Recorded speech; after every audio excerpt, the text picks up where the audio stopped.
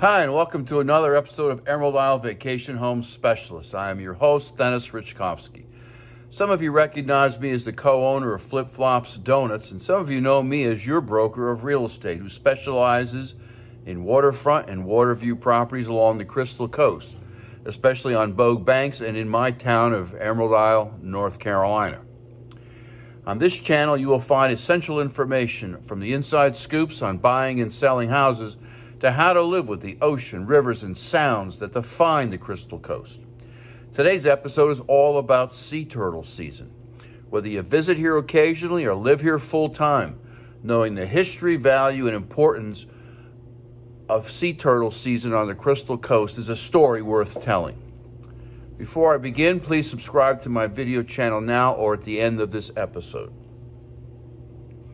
Ah, yes, it is May. And it is that time of year again on the beaches in Emerald Isle, North Carolina, and all along the coast, along the Outer Banks. Time for sea turtle nesting and hatching season. It's one of our favorite times of the year as we help these amazing and absolutely adorable aquatic reptiles continue their life cycles right on our shoreline. It is such a privilege as a resident of Emerald Isle to witness and to be a part of it all. And the best thing is that you, as a vacationer, can be a part of it too.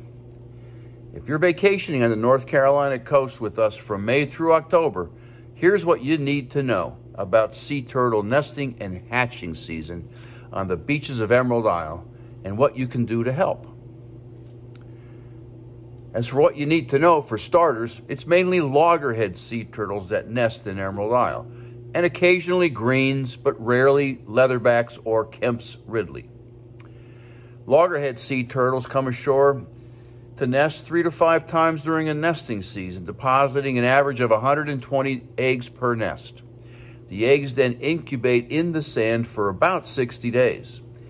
After all the hatchlings have piped out of their eggs, they emerge from their nest together and race to the sea.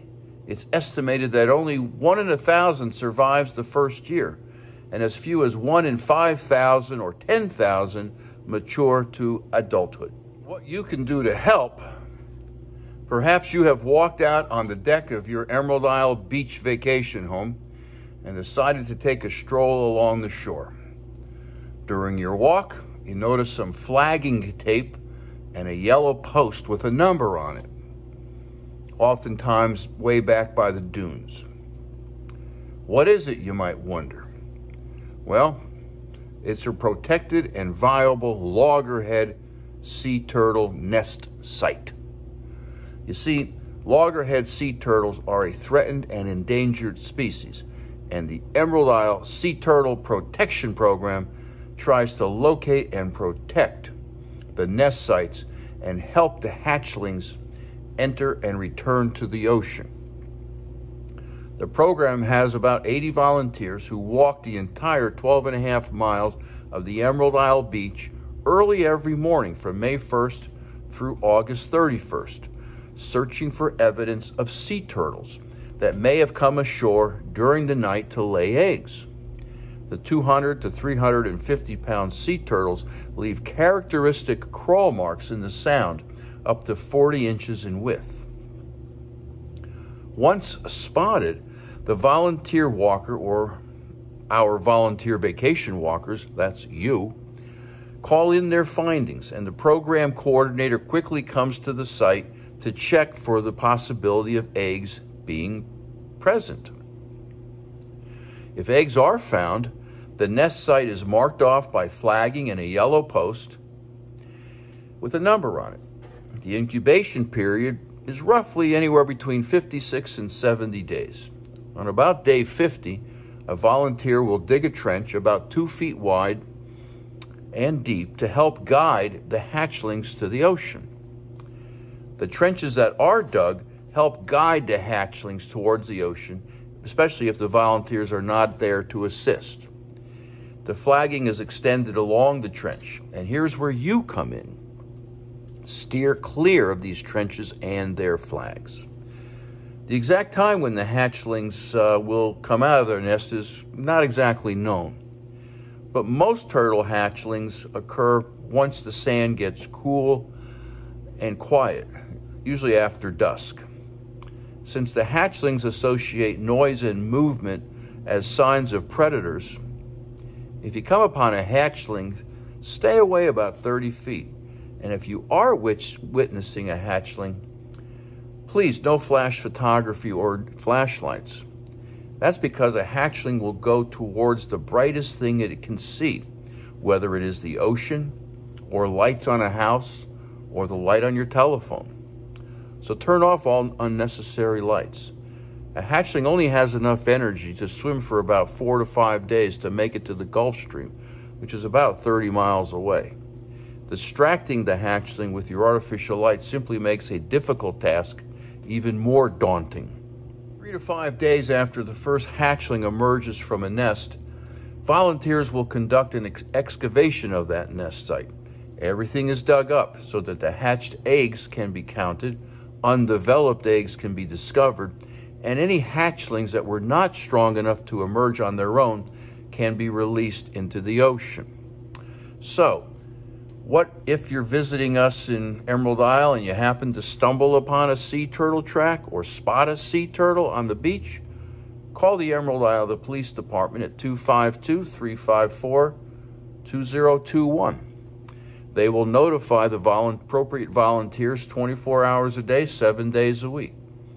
Since the females crawl onto the beach during the night, the volunteers request that if you do see a nesting turtle late at night, please stay back away about 30 feet. Please don't use any flash cameras, flashlights, or cell phone cameras, because these items may frighten and distract the turtles, which often results in them abandoning their nesting efforts. If you want to watch, sit downwind of the turtle and quietly observe. Be prepared to witness an incredible event. Here are some things that you can do to make the 2021 turtle season more successful. Number 1, fill in all holes you or your children dig in the sand. Any holes that are dug in the sand and left can cause a mother turtle to get stuck. Number 2, keep needless outside lights off at night. Lights disturb nesting mother turtles and distract the hatchlings, baby turtles, from entering the ocean, which is where they need to be. Number 3, remove tents, toys, and beach gear overnight. Leaving this out can interfere with the nesting mothers coming ashore and or emerging hatchlings making a journey to the ocean. Number 4, pick up trash. Plastic bags are especially dangerous to sea turtles because they think they are jellyfish, their main source of food, and they will attempt to eat them, and the plastics make them sick. Number 5, fireworks are illegal in North Carolina, and these noises can keep mother turtles from coming on shore to nest, and it will disturb baby turtles during hatchling. And number 6, call the police at 252-354-2021 if you see any sea turtle activity.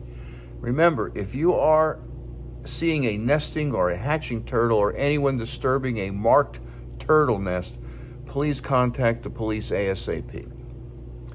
To learn more about sea turtles on Bogue Banks and on Emerald Isle beaches, or to subscribe to my newsletter, call or text your email address to 919-308-2292.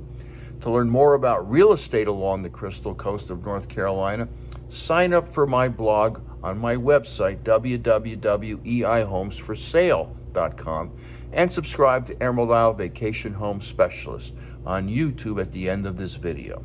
Stay well and stay safe. So come on down. Please subscribe to my channel below and definitely return next week to the same bat channel at the same bat time of 9 a.m. on Thursday for another episode of Emerald Isle Vacation Home Specialist.